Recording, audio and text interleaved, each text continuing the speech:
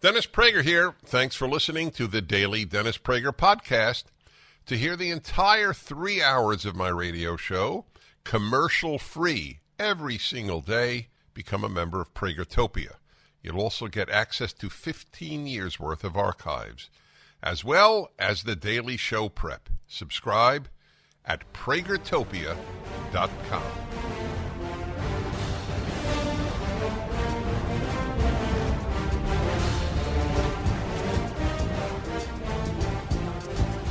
Hey everybody, back tomorrow, but sitting in for me today is Amala Ekpunobi. Young 20s, she's a phenomenon.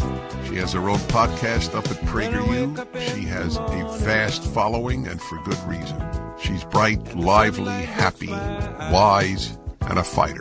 You'll understand why in just a moment.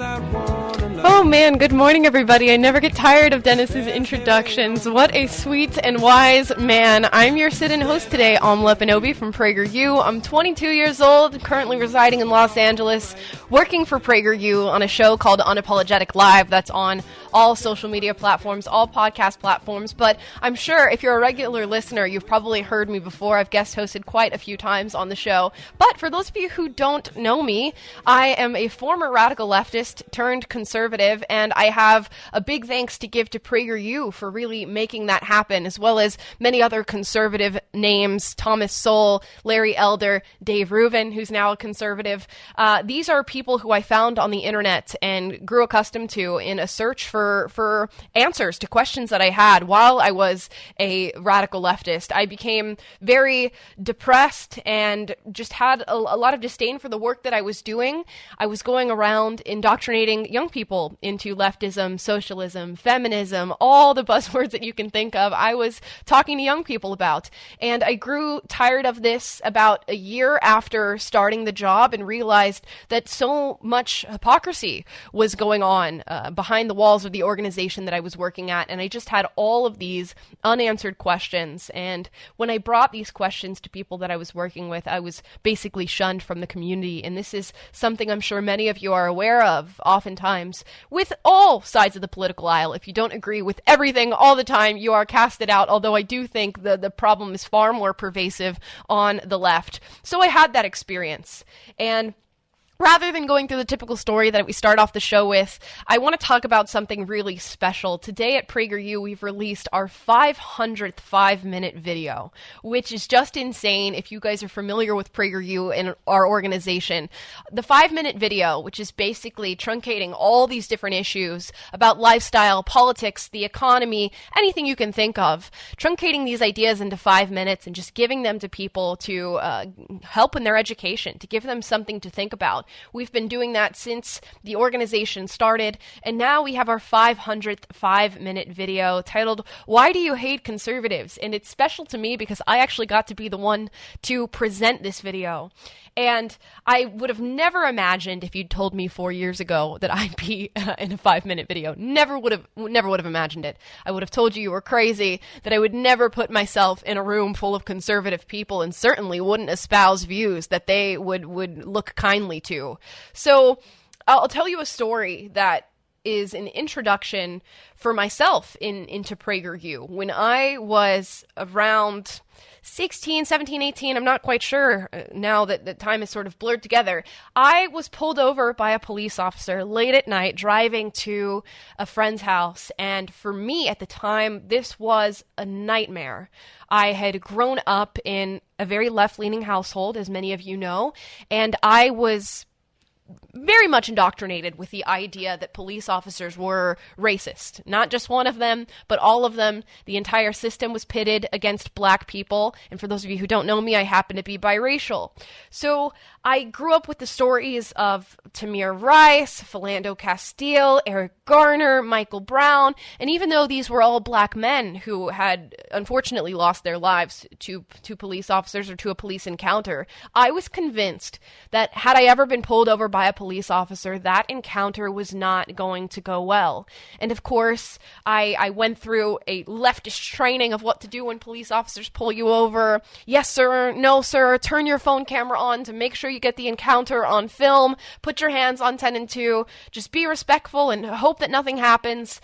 And of course, in my mind, something was going to happen regardless of what I did. I could be an upstanding citizen, I could follow every rule in the book, but because I was a half-black individual, this police was going to target me. Of course, in retrospect, this sounds totally irrational, but you have to put yourself in the mind of somebody who's grown up with these stories and just has this view of police officers and that profession. So I'm driving to a friend's house late at night, and the cop lights come on. I hear a quick little siren, and immediately I am freaking out. I mean, shaking, crying, hyperventilating in my car. I do my best to pull over, and the cop car just gets right behind me, and to my dismay, a white man gets out of the cop car. Again, this sounds so ridiculous, just recounting this story, but a white man, a white male police officer, gets out of the police car, and of course, that is my worst nightmare. This is how I go out. This is going to be the headline tomorrow in my mind, and he walks up to my car. I roll down the window, and of course, he's looking at me just shocked. Why is this girl so upset? Why is she crying? Why is she just acting so dramatic? I was probably just speeding. And he stood there and he said, "Hey, I want to let you know that I'm not here to hurt you. You're just driving a little bit too fast. I wanted to let you know I'm not even going to give you a ticket. Just, collect yourself and head home." And I must have felt like a fool at the time. I really don't have enough of a memory to truly say that. But I sat in that car for a little while collecting myself. And eventually I got to this line of thinking that, what just happened to me? How was this cop so nice? And it seems to me as though he had a pulse on the media and what his profession was looking like, and maybe he knew why I was crying and why I was so dramatic, and that's why he said those very important words, "I'm not here to hurt you." Or maybe he didn't, and maybe he'll never know how important that moment was for me, but that is what he said. And I started to think that either A, I had been tricked by the people that I was working with to think that police officers were these horrible individuals, or B, I just met the one good police officer in America. And I grappled with choosing between those two options for quite some time, and I ended up going on the internet to not to challenge my beliefs, but to reinforce what I had already felt about police officers. So I started looking up stats about racism in the police force and people who they were targeting. And guess what popped up? A PragerU 5-minute video titled "Cops Are the Good Guys." And I saw that title and I thought, this is going to be the most racist piece of media I've ever seen. Click! And of course, I click on that 5-minute video, and it's not a white male cop presenting this information to me, although now, to me, that does not matter. But at the time, it was very important. In fact, the presenter was a black sheriff by the name of Sheriff David Clark, and he started going through all this information about what it's like to be a police officer. He talked about the fact that police officers are really not the ones who are going out and creating these encounters. It's the people creating these encounters, and there's a lot of policies that lead to black people being in these encounters with police officers, but it's not conservative policies, it's leftist policies that are causing this uptick in crime. And he goes through all these different issues that I had at the forefront of my brain at the time because of this encounter that I had with the police officer. And by the end of that 5-minute video, I thought, I need to know more. So I went down a rabbit hole of just seeking out new information, questioning my own beliefs. And it was a tough one. I didn't want to accept the information that was being thrown in front of my face, and we'll talk about that later on in the show today, because it's a phenomenon that I think a lot of people are experiencing right now called ideological subversion. I was certainly ideologically subverted at the time. Didn't want to hear a word from PragerU. But that video blew my mind, and I certainly couldn't believe that the words that were coming out of his mouth were words coming out of a black man's mouth. How ridiculous is that now? But that was my thinking. So I go down this rabbit hole of watching all these different 5-minute videos. Then I find Tom Sowell and find Larry Elder and Dave Rubin and all these people who are going through their own journeys politically. And Tom Sowell is really who cut through and cleared the fog a little bit for me, cut through all the noise, because he sat and just spoke with such authority without really injecting bias or his own personal feelings into what he was saying. He was simply sharing the data that he had collected. He was simply sharing the research that he had collected in his many years working as an economist. And so much of that broke through the noise for me. It was so nice to hear something clear, but also it was devastating. It was devastating to realize that the ideology that I had subscribed myself to for my entire life could be false in some way, shape, or form, especially since I had dedicated so much time working on it, not really thinking about it, but pushing it to other people. And when that wall breaks for you, it can be something that you try to run away from, or it can be something that you embrace.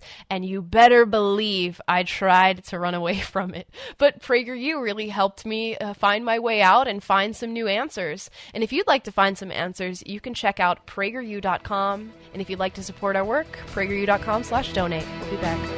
The Fed is unstable. Interest rates could go up at any moment. If you're relocating and need to buy a new home or invest in real estate, get fully underwritten and approved with Andrew Del Rey and Todd Avakian at Sierra Pacific Mortgage before you make an offer. Their fast-track approval process will allow you to compete with cash offers, whether you're buying today, tomorrow, or a year from now. Even though housing prices are stabilizing or coming down, economic uncertainty, supply chain issues, and limited construction means the real estate market is limited and competitive. Go to andrewandtodd.com. That's andrewandtodd.com right now. Get fully approved today and have confidence so that when you're ready to buy, you'll have the money ready to go. Don't wait. Go to andrewandtodd.com. Lock in today's still historically low rates. Go to andrewandtodd.com. That's andrewandtodd.com.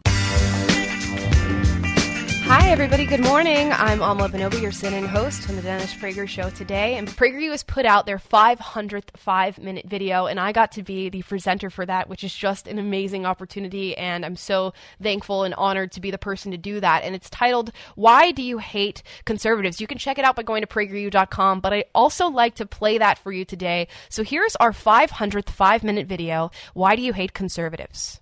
Why do you hate conservatives? Well, let's not say hate. Let's say dislike, because you don't really hate anyone. You may dislike them because they want to ban abortion. Conservatives say they're all for freedom, but when it comes to a woman's freedom to choose what she wants to do with her own body, they sing a different tune. You may dislike them because they oppress people of color and deny the fact that America is systemically racist. Conservatives say that everybody is equal regardless of race, and that racism has little to no effect on the daily lives of people of color. So, they just ignore the issue altogether. You may dislike them because they don't believe in climate change. Scientists keep telling us we're overheating the planet, and conservatives don't seem to care. They're more concerned about profits than people. But what good is money if you have no planet to spend it on? You may dislike them because they're obsessed with guns. How are we ever going to stop gun violence if we don't get guns off the streets? And how are we ever going to get guns off the streets if conservatives block every common sense gun law? You may dislike them because they're so intolerant. What's the harm of calling somebody by their preferred pronouns? Why can't conservatives just show some compassion instead of obsessing over every kind of behavior they don't like? You may dislike them because if they got their way, they'd get rid of democracy and establish an authoritarian theocracy. Bye-bye separation of church and state. Hello, fascism. After all that, you might sum up conservatives with one word. Ugh. If any of this resonates with you, I get it. I've been there. But, and this surprised me, I found they actually have reasons for thinking the way they do. Here are some of them. On abortion. To start, we can agree that no one likes abortion. But there is a clear divide on the issue. Progressives focus their attention on the mother. Conservatives, while they have compassion for the mother, focus their attention on the baby. They see a human being growing in a mother's womb as innocent and vulnerable. Those babies deserve to be protected, since they obviously can't protect themselves. On racism, conservatives don't deny that racist people exist, But when it comes to the narrative of systemic racism, conservatives are unconvinced. Of course, there are disparities in this country, but why assume that these disparities are because of racism? Good schools, good parents, good habits, and good communities would go much further toward alleviating poverty and expanding opportunity than a lifetime of racial justice movements. By the way, these rules apply to everyone, regardless of skin color. On climate change, conservatives have very little faith in computer models that have been inaccurately predicting disaster for nearly half a century. Conservatives have a lot of faith, however, in human ingenuity to overcome climate. What is air conditioning but a human adaptation to the environment? See Miami or Phoenix for further reference. This is not to say we should simply do nothing. Nuclear power, for example, holds so much promise as a renewable and safe energy source. Conservatives don't understand why environmentalists oppose it. It makes them skeptical and suspicious that the real agenda behind the environmentalist movement is not saving the planet, but giving more power to the government to control people's lives. On guns, we all want to live in a safe society. This is why firearms are regulated in every state. But we know bad guys will always find a way to get guns. See Chicago and Baltimore for further reference. That's why conservatives want guns, to protect themselves from the bad guys. It's not much more complicated than that. Okay, we're going to go ahead and take it back from the 5-minute video. There's more. You can check out the rest by going to PragerU.com if you'd like. We really worked hard on coming up with this concept for what the 5-minute video was going to be and writing it, which we're going to talk to Alan Estrin in the next segment, The Living Martyr, as Dennis calls him, co-founder of PragerU. And we're going to talk about the importance of words when writing these 5-minute videos. I know some will think, well, it's 5 minutes.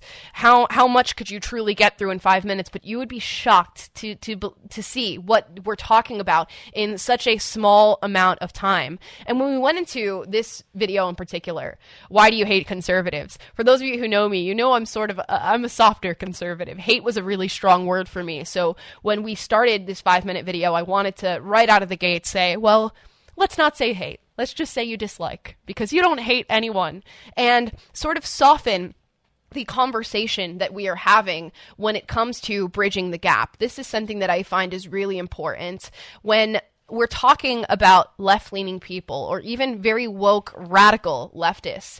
I think it's important to remind ourselves that we're all capable of being in that very same position. A lot of us would think, no, I would never believe the things that they believe. And for me, I just had experience living that life, believing those things that they believed. So I never view myself that way. I think we're all capable of having bad ideas, of believing bad ideas. So I wanted in this video to bridge the gap between our different sides of the aisles and say, here are some reasons why we believe the things that we believe. Here's how we got there. And of course, you can't fit in all the different reasons why conservatives support certain issues and don't support others, but it's important to at least give a small summation of why we're there. It's important to try to understand the individuals that we disagree with and to talk to them and have important conversations. And like I said, you can check out that 505-minute video at PragerU.com titled, Why Do You Hate Conservatives? That's PragerU.com, titled, Why Do You Hate Conservatives? And if you'd like to support the work we're doing here, the work I do on Unapologetic Live, you can go to PragerU.com/donate. We are changing lives every day, and PragerU has changed mine. We'll be back. Most of us know that being online means that everything we do is under constant surveillance, whether it's big tech companies creating detailed profiles of our personal lives or government agencies scanning our emails even when we haven't done anything wrong. Our privacy has never been more at risk. How can we make sure our personal information stays private? The first thing is to switch to a secure email service such as Start Mail, which keeps emails safe. Every email can be encrypted or protected with a password, which means no one can read, scan, or sell your private information without your consent. When you delete an email, it's gone forever. Another thing I like about Start Mail is that you can generate unlimited disposable email addresses, so I never have to give out my real email anymore. Switching to Start Mail is simple. Your emails and contacts are transferred in a few clicks. Sign up with Start Mail today and you'll get 50% off your first year. Go to startmail.com/Prager. Good morning, everybody. I'm your sit-in host, Amala Ekpunobi, sitting in for Dennis Prager today. And as I said before, we have a special guest on the segment for interview right now, and that is the co-founder of PragerU, Estrin. Alan, welcome on the show. How you doing? Oh, okay. I guess we don't have Alan at the moment, but let's get into the talk about PragerU in our 5-minute videos. As I said before, with PragerU, the bread and butter of this organization is those 5-minute videos. We have 5-minute videos on a number of subjects. Our most recent is Why Do You Hate Conservatives? We have our pipeline safe. We have videos on nuclear energy. We have videos on what your kids are learning in school, what's wrong with wind and solar, lifestyle, dating, relationships, anything, you name it, we have a 5-minute video on it. Well, maybe hopefully not, because we want to go from 500 to 1,000. But what I think is so interesting about the process, and I'll give you a little bit of a dive into what we do behind the scenes, is Alan and his team will come up with a concept, and they just sort of start scribbling and writing a basic outline for what these 5-minute videos are going to look like, what message we want to get across by the end of it. And for mine, Why Do You Hate Conservatives? We wanted to talk about all the reasons that a left-leaning person could possibly have a negative look on conservatives. So we ran through a few. We talked about systemic racism. We talked about abortion, which is a hot-button topic right now. We talked about guns. We talked about intolerance and the idea of what upholds a democracy and keeps it running. And we laid out what a left-leaning person might think about conservatives, and then we gave our rebuttal. Well, here's why we believe what we believe, and here are the reasons and the avenues that we took to get exactly to where we got. And at the end, we ask a question, and it's a very simple one. After hearing all of this, do you still dislike conservatives?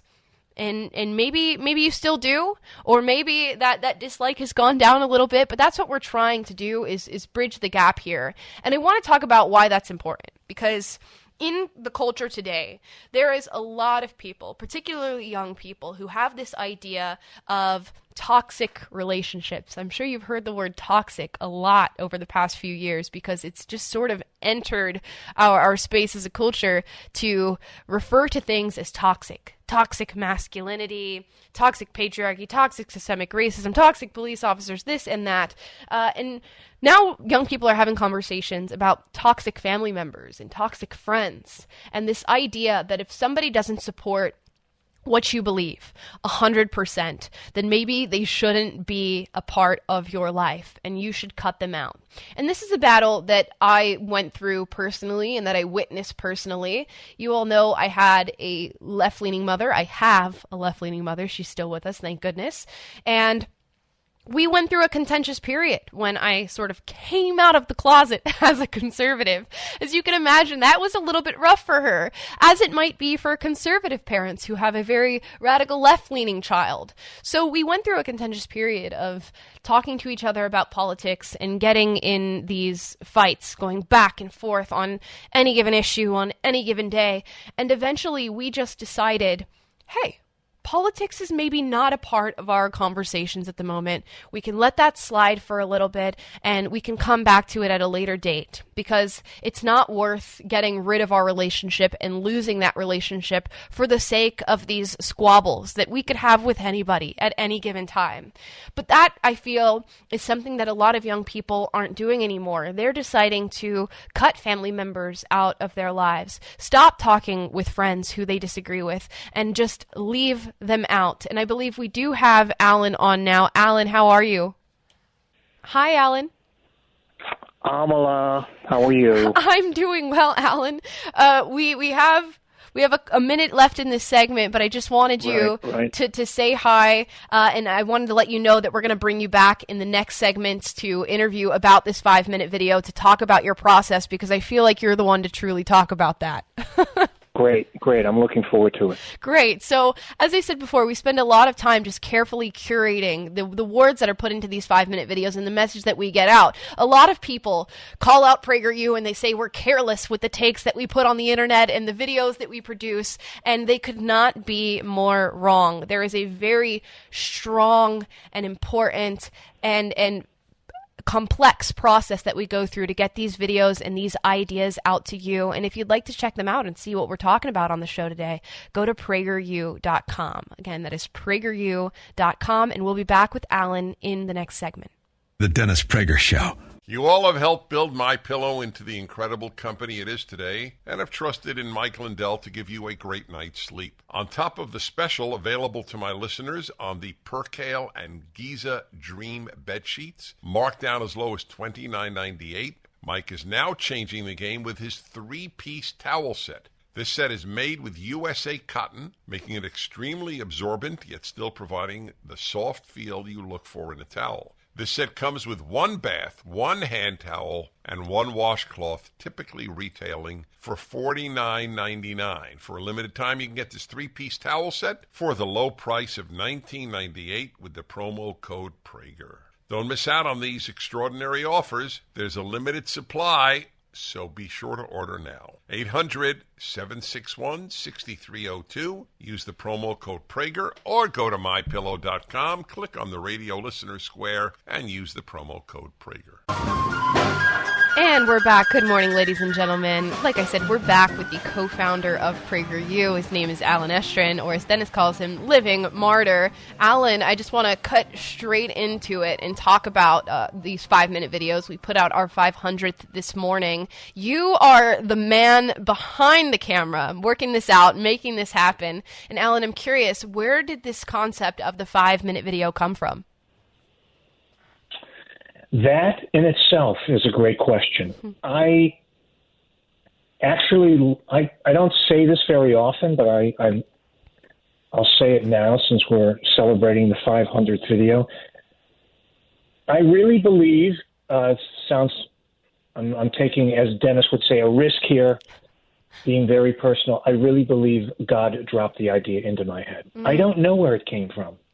I can give you a more secular explanation in that when originally researching the idea behind PragerU, it occurred to me that the internet works in a certain way, and the only way this was going to work is that if we took the best ideas, this was the original concept, the best ideas from the best thinkers and distilled them down to their essence. Because there were a lot of, at the time, we're now talking 10, 11 years ago, there were a lot of universities that had gone online in the sense that they put their professors in front of a camera and the professor would talk for 45 minutes. But I knew that no one was using the internet that way, not in a significant number. So that we couldn't use that model wasn't going to work for us. It wasn't different. It wasn't in any way compelling. So out of that came the concept of distilling. 5 minutes sounded like a nice number. 5 is a good round number. And we thought that we could get people and we could hold their attention for 5 minutes. If someone said to you, I have a great idea, and here's the book, people would say, oh, well, look, I just don't have time to read the book. But if you said, I've got a great idea that I want you to investigate, I want you to know about, can you give me 5 minutes? Most people would say, okay, I can do that. You're absolutely right. And I think it's just brilliant to try to bring down all these and boil down all these major issues into 5 minutes. But I also imagine it's not easy. And you're the man who works on creating these ideas and getting them built out into this 5-minute structure, as well as working with the presenters and having them inject their own influences and their own words into this. And there seems to be a particular amount of care taken with words when it comes to this 5-minute videos. You have a certain number, hundreds of words, maybe 800 words you can put into a 5-minute video. So you have to choose those 800 words very carefully. Why do you think it's important to take care with words? A lot of people would say conservatives don't truly feel you need to take care with words. That's an accusation we get often from the left, but it seems like you do think it's really important. Why is that? Well, there are a number of different reasons, but one reason is this issue of we want to communicate important ideas as quickly as possible. Just because one of the reasons why PragerU has worked is because we took a complaint that people had. The complaint was, I don't have enough time. Simply, I don't have enough time to basically do anything except get to my next task, whatever that would happen to be. So we wanted to leverage, Dennis and I wanted to leverage that complaint into an asset. So that's another aspect of the 5-minute model. Mm-hmm. And to your point about the care that we take, I mean, we have attempted to scale, to actually write down the number of steps it takes to make a 5-minute video. It's over 25. Wow. And we keep adding steps. And if I went through every one of those steps, we'd take up the entire segment. That just is to your point that great care is taken. This is not a matter of just, let's write this down, and or not let's write this down and record it. There is a whole process that begins before a selection process, and then a process of writing the first draft, and then there are subsequent revisions to that draft and working with the presenter to refine it even further. And then that's just the first part of it. I mean, then we have to deal with the production side of it, and then there's all kinds of editing that goes on in the production. Sometimes lines are trimmed out of the production. So we're very meticulous. And I think that's one of the reasons why we have been successful, because we've been so careful. We respect the process. That is abundantly clear in being involved in this and seeing the work that you do. And we're going to bring you back in the next segment, Alan, but I do want to know, before we close out here, do you have a favorite 5-minute video? You've done 500 of these. There must be one that sticks in your mind. I have a favorite. My favorite is the one we've just released. So that means my favorite video is your video this week. Oh my goodness, Alan, that's amazing. And for those of you who have been around to hear it, it is Why Do You Hate Conservatives? And let's get into the idea behind this video, because Alan, you came to me with the idea. Why was this the concept you wanted to go with for the 500th?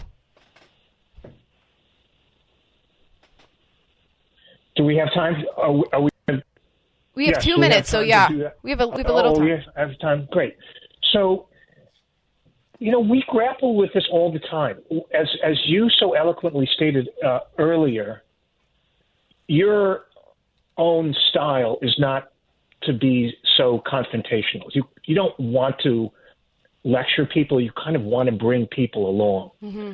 So the idea behind this video was it was inspired by you and your approach.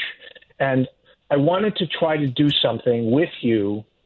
And we did, of course, as we with all the presenters, we worked very closely together on this, to do something where let's try to make the liberal argument that against, as it were, against conservatives.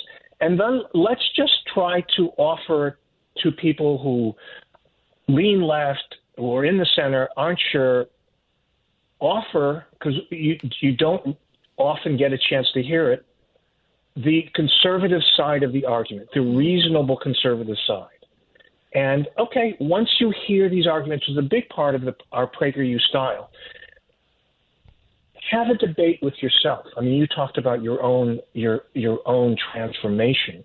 And that transformation was, in essence, a debate with yourself. Sure. That's what we try to do at PragerU. You're absolutely right. And I hope that by the time that people get to the end of that 5-minute video, if they make it to the end, they feel a little less anger towards their opposition, whether you're a conservative or a left-leaning person watching that video. We all manage to have our beliefs and get to where we get on our own paths in lives. And these are things that we go through as individuals that lead us to where we are. And we understand that at PragerU and are trying to communicate that to people and stop a lot of the hatred that's happening right now. So you can check out that video by going to PragerU.com.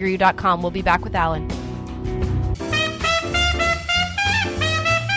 Good morning, everybody. I'm your guest host sitting in for Dennis Prager today, Amala Ekpunobi, and we are back with the co-founder of PragerU, Alan Estrin, a.k.a. Living Martyr. And Alan, we're going to get back into our talk about 5-minute videos. Now, clearly, you had your finger on the pulse of the culture, knowing that people needed these ideas boiled down into 5-minute videos, and you were going to be the person to do that. But did you expect it to take off like a rocket ship in the manner that it did after you started releasing these? Well, it didn't take off like a rocket ship. It started slowly, and there was a lot of frustration in the early days, and there was a lot of discussion about, I don't know, maybe we should just. There's a nice idea, but we should just let it go. And then we had, I had what I call my second revelation, and my background is in Hollywood. I wrote TV movies. I wrote for shows like Touched by an Angel and The Practice in the 90s. So I had and I taught at the American Film Institute for many years. So I know Hollywood, and I wrote a book on Hollywood film directors. And I realized that when we were about 18 months or so, 2 years into this process, that we were making a fundamental mistake. I thought if we just made great videos, people would show up, as it were, on the internet and watch them. And then I realized, no, that's not the Hollywood model. The Hollywood model is you need to spend as much time and effort on marketing as you do on production. And we made a big decision at PragerU to do just that. And that's when things started to take off. We really focused as much attention on the production as important as they are as on marketing, because we didn't want to make great videos unless people saw them. We wanted to have an influence on the culture. And as you know, because you know the operation so well now, we have a very robust, I think we have one of the very best marketing departments in all of the internet. Yep. And it's just, and we keep growing and we keep expanding. We can't make people watch the videos. We can't do that. But we can make people aware that they exist. And we work very hard on all the different platforms to see that happens. Yeah, and when they watch them, then sometimes, a lot of times, it's one of our great achievements, people like you will watch them. And their minds get changed, I imagine, is what he was saying there. Now, I'm curious to hear from you, Alan, on this, and it's the idea of responsibility. Through PragerU and what you've created, there's an immense amount of responsibility, and I'm curious to hear whether or not he feels that. We can bring him back maybe in the next hour to discuss that. And I imagine there's a lot of pressure there. With what I do, there seems to be a bunch of pressure because so many people are watching, and we're very careful with our words and trying not to be misunderstood, but sometimes you can't help that. But we try to safeguard ourselves from that problem here at PragerU. You can check out our 5-minute videos by going to PragerU.com. That's PragerU.com.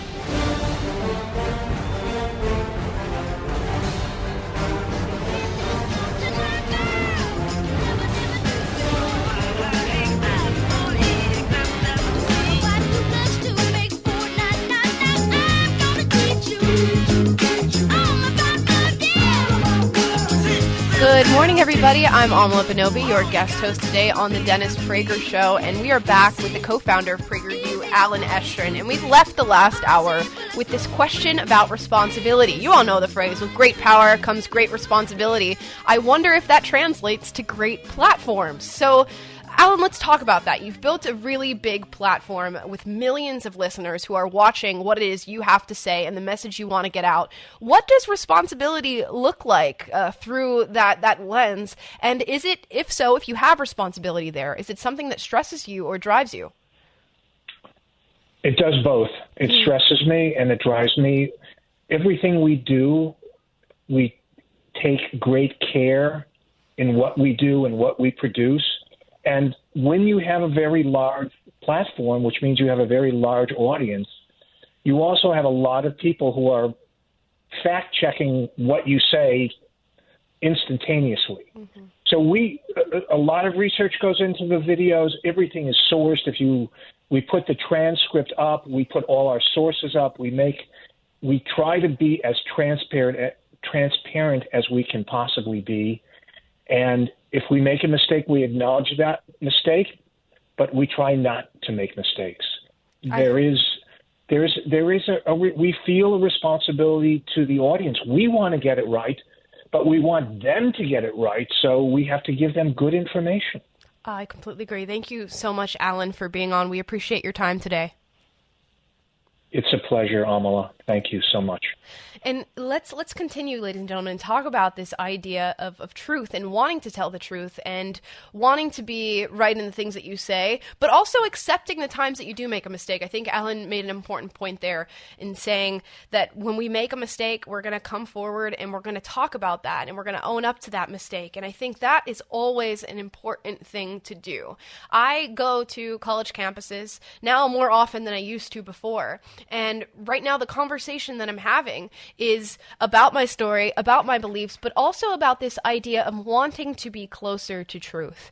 Because in today's culture, we're being told that everybody has their own version of truth. It's his truth, it's her truth, it's my truth, and yet there's no objectives, there's no objective truth, there's no objective reality.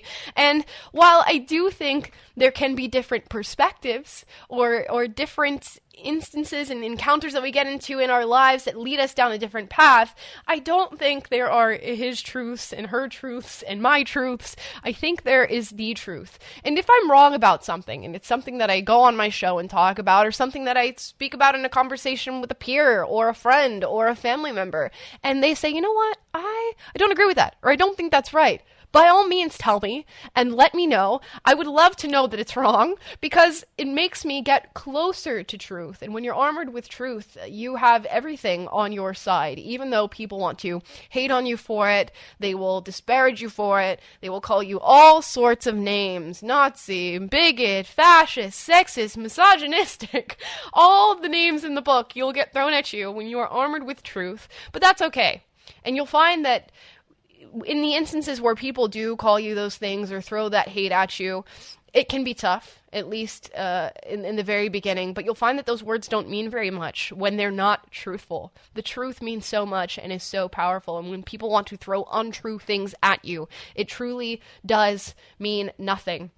Now, speaking of the truth, let's get into this. This is a very interesting article that's come out. It's on Breitbart as well as many other sites. The headline on this is poll: 64% of voters blame woke politicians for crime wave across the United States. And I saw this and I thought, oh, 64%, that's high.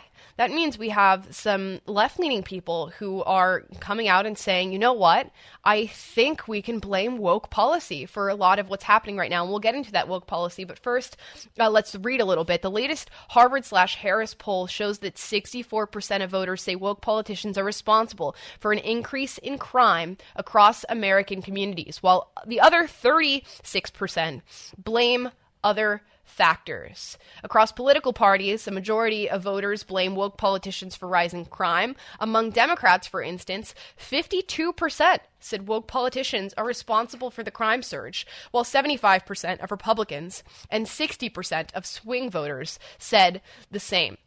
Now we'll get into the woke policies that could be creating this crime wave, but it's interesting to hear that 52% of people who identify themselves as Democrats believe that woke politicians are responsible. And of course, we'll get into the crime discussion, but what's really interesting to hear this, for me, is that doesn't this make you feel a little bit better about the people you talk with, about having relationships with people you may disagree with? Because you'll find that it's not on every single issue. There's a lot of common ground to be found. And to hear that 52% of Democrats can see that woke politicians are semi-responsible, if not fully responsible, for a lot of the crime surges that many American cities and states are experiencing right now is interesting. It means we have our eyes open. It means we see the way that these policies are affecting our communities. And I think that's what's going to change the way that we view politics right now. We're getting into an age where political discussions are truly affecting our communities day in and day out. It used to be that you could disagree on these things and go about your day and it didn't really affect your life all that much. But now we're seeing it in our communities with crime. We're seeing it in our schools. We're having conversations about lockdowns and masks wearing and what medical procedures we get. It's truly starting to inundate every single portion of our lives. And as far as leftist policy on crime, we have this idea of restorative justice. It's an idea that I stood by when I was working for the left, and it's an idea that I push to the other young people that I was talking to.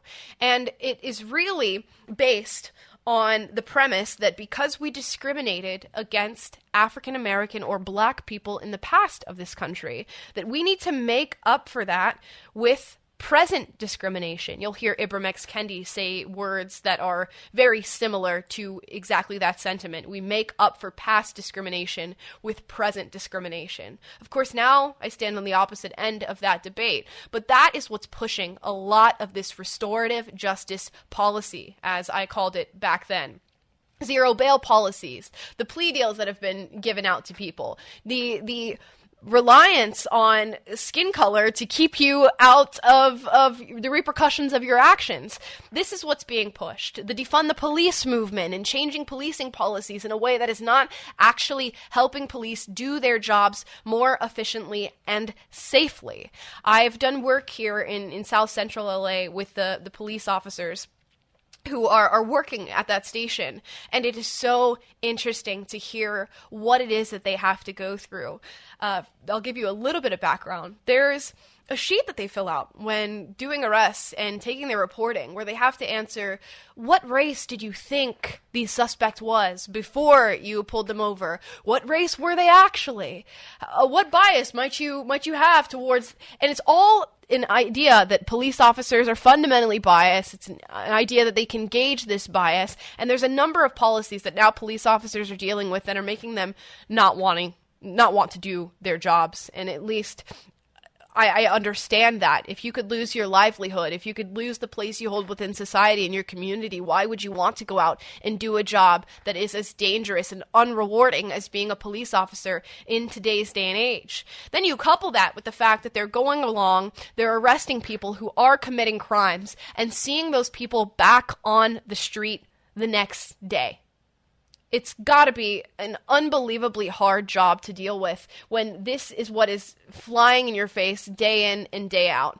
And we'll talk about zero bail policies, this idea that because Black people are often of lower socioeconomic status, that we should account for that when applying bail to them after they've committed a crime. And I think there's a conversation to be had surrounding that. You certainly don't want to be imprisoning people with high bail numbers to where there's no possibility that they can do anything for themselves. But when it comes to real criminals who are committing crime, we're talking career criminals who are just getting into jail, out the next day, back into jail, out the next day, doing the exact same thing over and over. We need to take a stance on this as a society, and in my opinion, we need to take a strong one that is based on with a foundation of law and order. If you do not have laws, you do not have order. And the laws and the policies that we are pushing through, particularly those from woke politicians, are leading to an uptick in crime in these areas. And it's actually affecting the communities that they claim to be advocating for.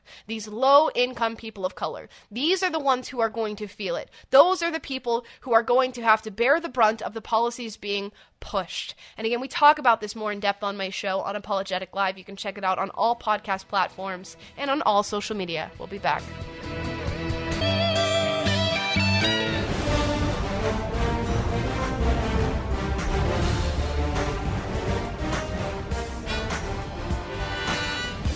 Hey, everybody. Back tomorrow, but sitting in for me today is Amala Ekpunobi. Young 20s. She's a phenomenon. She has her own podcast up at PragerU. She has a vast following, and for good reason. She's bright, lively, happy, wise, and a fighter. You'll understand why in just a moment. Dennis is so sweet. Good morning, everybody. I'm the sit-in host, Amala Ekpunobi, guest hosting for Dennis. And yes, somebody gave me a podcast. I don't know why, but now I have one. It's called Unapologetic Live.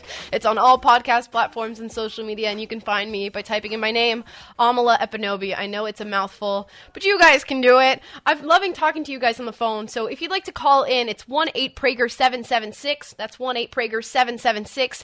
And let's take another call now from Nancy in Philadelphia. Nancy, how are you? Hi, I'm good. Hope you are too. I am.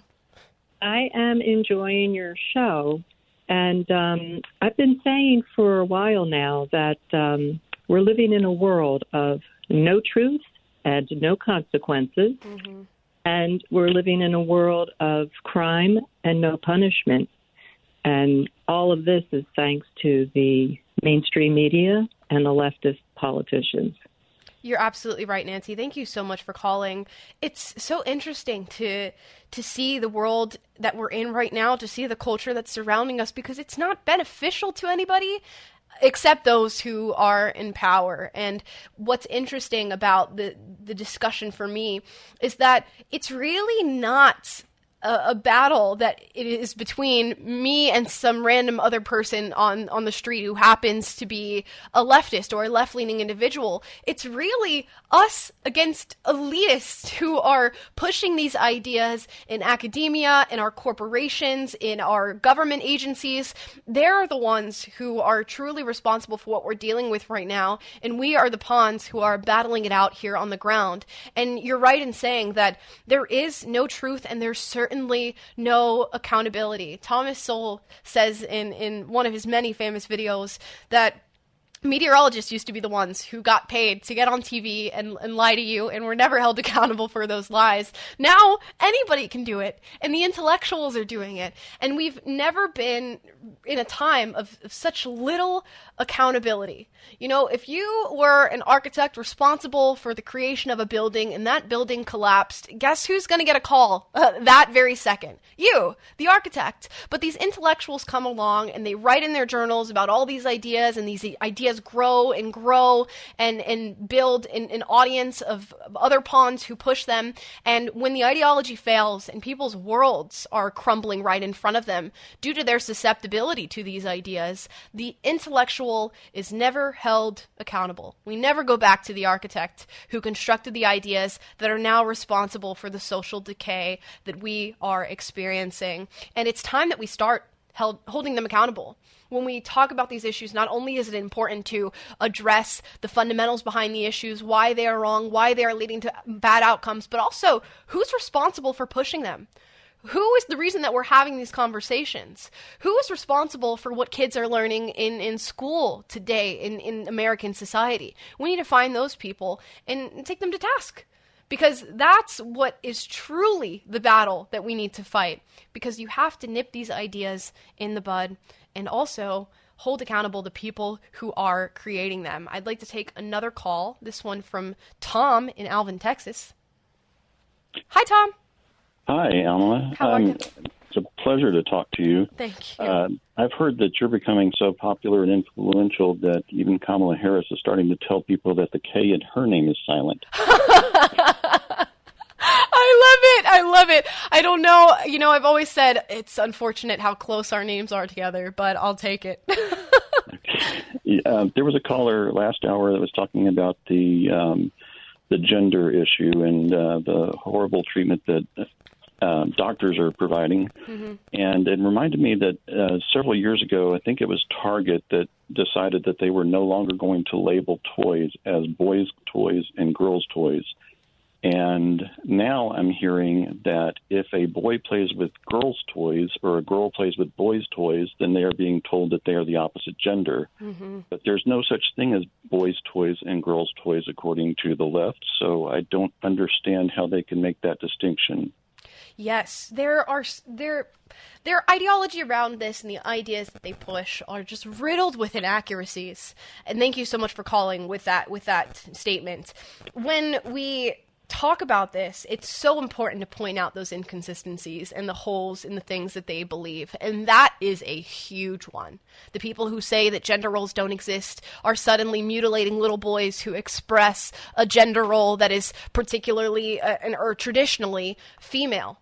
We have to point that out. And that's extremely important. And it's very true that that is what's happening.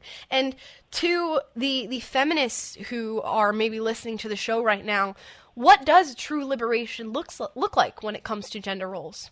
True liberation looks like men being able to express whatever femininity they have in whatever way they see fit while still being men. It looks like women walking around and being able to express what are traditionally masculine views or tendencies while still being women. It means expanding the idea of what it means to present as a woman or to present as a man. But instead, we are forcing people into these rigid gendered boxes through surgeries and hormone therapies and puberty blockers, instead of just accepting that little boys can like feminine things and little girls can be masculine. And more often than not, they grow into their own masculinity as boys and their own femininity as girls through a journey that we call life. I was a tomboy as a young girl, and I loved to go to Boys and Girls Club after school, and instead of hanging with the girls, I'd play flag football with the boys, or foosball, or basketball, and that's what I did. I hung around boys as a little girl. I wanted to wear pants. I liked boy things. I also had my feminine tendencies that were coupled in with that. But that's what girlhood and growing up as a child is about. It's about exploring and creating avenues for your child to explore what they like and dislike. It's not about creating gender confusion. And had I grown up today, my goodness, I might have been put on puberty blockers, which is just a scary statement to be able to make. Allow children to express themselves, but express themselves hopefully within the confines of the sex that they were born in. That is the truly liberating thing about your own human journey. Let's take another call from Scott in Dallas, Texas. Hey there, how are you? I'm doing well, Scott. How are you? I'm doing good. I actually grew up in that little town in southern Minnesota where you gave that talk at Winona State, and I was just curious, what did you learn from the reaction of the crowd from that event?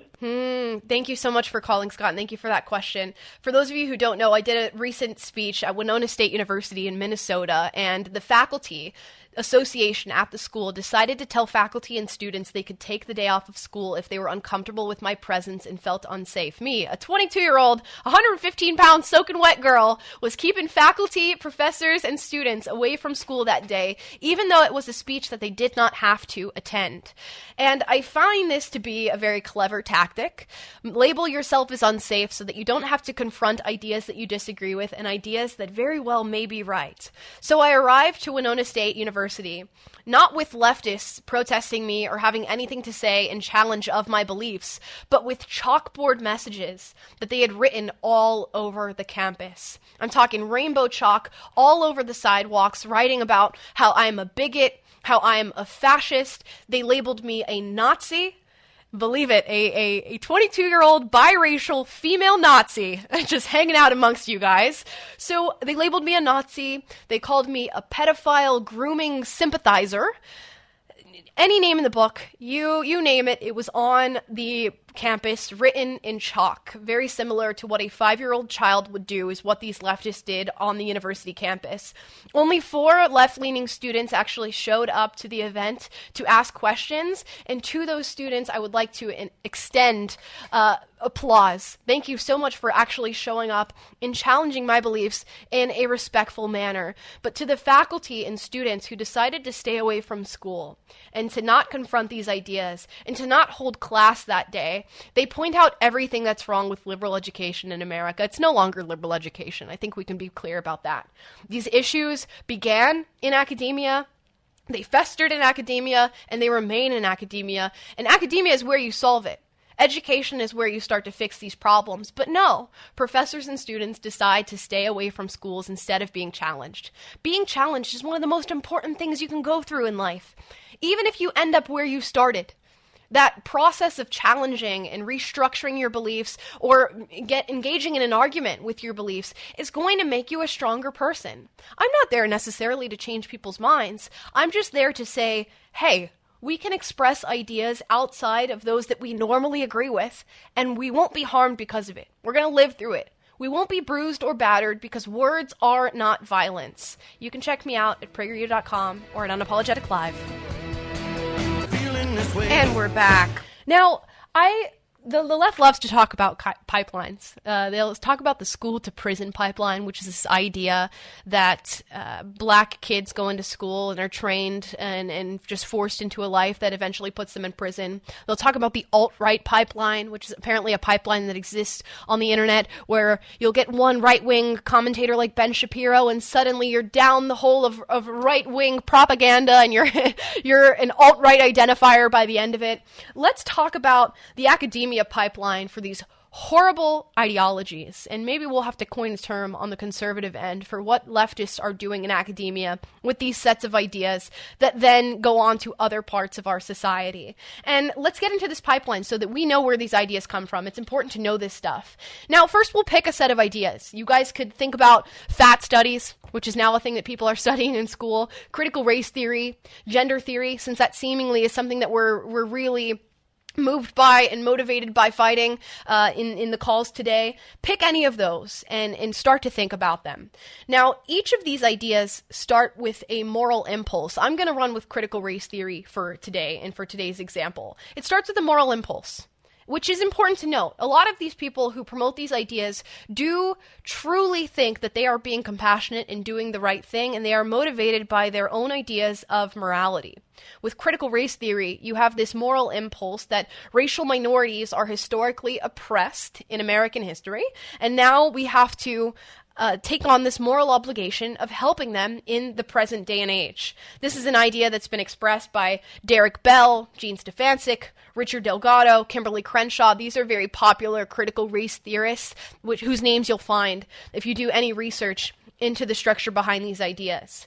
So this group of a few people shared this moral impulse with the world, and they share it through academic journals. So they come up with these ideas and start writing them down in getting them reviewed by their peers and publishing them, of course. So they'll write out a brief history of American racism and the transgressions that we've committed against black people in this country, which is abundantly clear and true, and we all know that this is the truth, and we all think this history should be taught. So they'll go through the slavery and the Jim Crow era and the subsequent damage to black America that these policies and that slavery caused, and they'll use it to jump to a broader conclusion. That's important. They'll sprinkle kernels of truth throughout their writings, but use it to jump to a broader, more radical conclusion. And with critical race theory, you have this jump from, yes, we had a history of slavery, to now America as a whole is racist. It's built into the foundations and systems of our institutions. And therefore, we must tear down the institutions or reevaluate the institutions in order to alleviate the racism that is baked into them. In a paper titled Critical Race Theory and Introduction, Richard Delgado and Gene Stefancic wrote, quote, "Still by every social indicator, racism continues to blight the lives of people of color, including holders of high echelon jobs, even judges," end quote.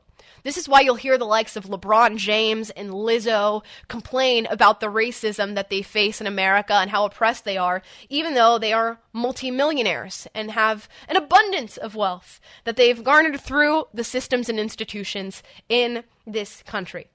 But nonetheless, the ideas persist. They're written in these journals, and these journals are then published one after the other. And then these writers of these journals go on to become tenured at their academic institutions, and guess what? They get to publish more. So they push their ideologies to their students, and then they publish. They push and publish and push and publish and continue. The cycle goes on. And soon you have classes and degrees that focus around the subject matter that is written in these journals. You have critical race theory classes. You have fat studies classes, you have gender studies classes, so on and so forth. And of course, through these classes, you get dedicated students who then become devotees to the ideologues. And this is where, in terms of critical race theory, we have our Ibram X. Kendis and our Robin DiAngelos, who go on to write books about how to be an anti-racist, as written by Ibram X. Kendi, and White Fragility, written by Robin DiAngelo, who tells white people that they are inherently fragile, inherently racist, and they carry on a power and a privilege simply by virtue of being born white. And of course, these books go on to be published and pushed and published and pushed, and suddenly they're in schools and academia as well. And the only natural question here is, what happens to the students and the academics who disagree with what these ideologues are pushing? Can't they speak up? Can't they stop these journals from being published? Well, no, because baked into these journals are also insults that they throw at you for disagreeing with the ideology. You disagree with critical race theory and you're a racist. You disagree with fat studies, you're fat phobic. You disagree with gender theory and you are a transphobe. And so on and so forth. So they've managed to safeguard themselves from any form of criticism by throwing out these words. So now you have a made-up ideology with made-up demeaning insults to coincide with it, and suddenly you are getting these insults thrown at you, and you are unable to defend yourself because of the box that they've built with their ideology. And an analogy that I like to use for this is it's like waking up in the morning and finding that a prison has been built around you. And of course, you're freaking out, why am I suddenly in prison? And you try to escape. And as you're trying to escape, the people who built the very prison that you are now living in beat you down and say you're a criminal for trying to escape.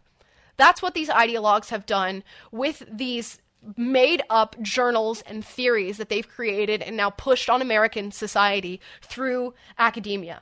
And of course, the people who learn these ideas then graduate from college and they move on to get high echelon jobs in every single industry of influence here in the United States of America. You have them back in higher education as professors and teachers and faculty, like we saw at Winona State University. You have them in big corporations. You have them in Hollywood. And now they're influencing a new generation of people who will grow up with the very same BS ideas that were published in these journals and pushed. And we're here to combat that. You can check out me talking more about this at Unapologetic Live on all podcast platforms and all social media. That's the pipeline, ladies and gentlemen. And we're back. I'm your guest host for today, Amala Ekpunobi, sitting in for Dennis, and I'd like to go back to taking some calls to hear from you all. I'd love to hear from Tom in California. Hi, Tom. How are you? I'd be a fool to complain. I love to hear that. What are you calling about, Tom? So you keep saying that the theories are made up. A lot of theories are made up by nature. I just wanted to point out that the theories are, number one, wrong and full of lies. Sure. Yeah, I thank you so much for calling, and thank you so much for that point. Yes, that's an important distinction to make, that the theories are based on lies, and they're not in line with reality whatsoever when we think about these things like fat studies or gender theory or critical race theories. Yeah, so there are theories that are born that end up being a depiction of reality, or at least in tune with reality, and these are not at all. I mean, fat studies is a great example. We now have a line of students learning about how obesity is not a health problem, and that in fact you can be healthy at any size. You have magazines like Cosmopolitan publishing morbidly obese models and saying that this is a picture of health. And while I don't think the people should be unpositive about their bodies, I think you should accept your body in the form that it's in and love yourself in the form that you're in, but you should recognize when a health problem is a health problem. And we seemingly have an issue with acceptance of reality, and these theories are in no way, shape, or form based on reality. Tom, you are right. They are based on lies. Now, let's hear from Dominic in Dallas, Texas. Hi, Dominic. Hi, thank you so much for taking my call. Of course. Number one, I am obese. I have some health problems, so I don't want to hear about that I am healthy. I'm healthier than I should be, but I still have issues. Sure. And the reason for the call is I have some recommendations for those who feel oppressed. And This includes no matter what your race, no matter what your religion, no matter what your beliefs are. Here's how you fight oppression. You get an education. You get a job. You respect people. You respect the rule of law. You stop multiplying like rabbits and expect the government to raise your children. I think that's the first step in combating oppression. Thank you so much for your call, Dominic. I think there is some truth in there. For a long time, when I viewed myself as a victim in this country, I used that as a crutch in everything I did. Luckily, I was still successful despite my worldview. I worked really hard in high school. I made sure to get a job as soon as I was able to. I got scholarships into the colleges that I wanted to go to, and I wanted for nothing because of the family that I grew up with and because of a drive that I had to be successful despite my ideas of victimhood. But had something happened to me, I would have had an excuse for it, and it would have been the excuse of oppression. And unfortunately, so many people utilize their oppression and use it as a crutch to explain away the problems that are, by and large, self-created in their lives, and we have to take some responsibility for ourselves. There's this idea that continues to grow, especially among young people right now, that we are not meant to be uncomfortable in our lives. We need safe spaces. We need cushions from offense and hardship and oppression and victimhood. And there is a nugget of truth in there. We do want to safeguard our children from people who are constantly trying to battle with them or oppress them or victimize them in some way, shape, or form. But that doesn't mean that life is free from offense or free from challenges. In fact, you should seek out challenges. You should seek out making yourself uncomfortable and striving to get out of that form of discomfort. And that's something that I grappled with as a young person and didn't want to face. And now that I'm 22, still a young little baby, I'm beginning and learning to face that more and more, pushing myself in ways outside of politics to just make myself uncomfortable, whether that's with eating healthy and striving hard to do that, or going to the gym, or just trying to find beliefs that challenge the ones that I hold near and dear to my heart and see if I'm wrong in them. And that's an important phase that we all must go through. And honestly, I shouldn't even call it a phase. It's something that we should do throughout our entire lifetimes, is constantly challenge ourselves. And you'll find that in the moments of luck and breeze and cakewalk, you're not really growing much as a person. Life is easy and you're skating on the track that is life. But when you challenge yourself and you overcome those challenges and you overcome that uncomfortability that you put yourself under, you find you grow so much as a person. And those are the times in my life that when I look back, I remember the most fondly and that have stuck in my brain the most, because they're times where I truly grew as a person and challenged myself. And I think so many people need to hear that message. Make yourself uncomfortable. Challenge yourself. We'll be back. Dennis Prager here. Thanks for listening to the Daily Dennis Prager Podcast. To hear the entire 3 hours of my radio show, commercial-free, every single day, become a member of Pragertopia. You'll also get access to 15 years' worth of archives, as well as the daily show prep. Subscribe at pragertopia.com.